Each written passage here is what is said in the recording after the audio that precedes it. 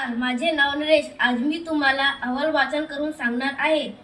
दिनांक 27 व 28 मार्च 2026 रोजी आमच्या शाळेतील विद्यार्थ्यांची नेचर स्प्रेड वॉटर पार्क येथे शैक्षणिक व मनोरंजनात्मक क्षेत्रभेट आयोजित करण्यात आली.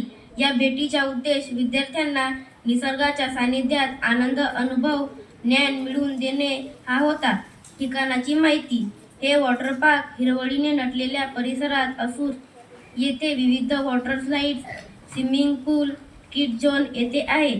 क्षेत्र भेटीचा उद्देश विद्यार्थ्यांना निसर्गाशी जोडणे, जलक्रीडा व मनोरंजनाचा अनुभव देणे, सहकार्य, शिस्त व गटभावना वाढणे, मानसिक ताण कमी करणे, आनंददायी वातावरण निर्माण करणे.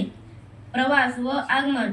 सकाळी 8 वाजता शाळेतून बसने प्रस्थान केले. मार्गात शिक्षकांनी विद्यार्थ्यांना सूचना दिला.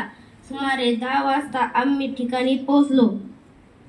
पाहिलेले व अनुभवलेले या क्षेत्रभेटीत विद्यार्थ्यांनी विविध वॉटर स्लाइड्स व स्विमिंग पूलमध्ये जलक्रीडा, मुलांसाठी खास खेळाचे क्षेत्र, सुंदर नैसर्गिक वातावरण, चविष्ट अन्न, उत्तम सुविधा.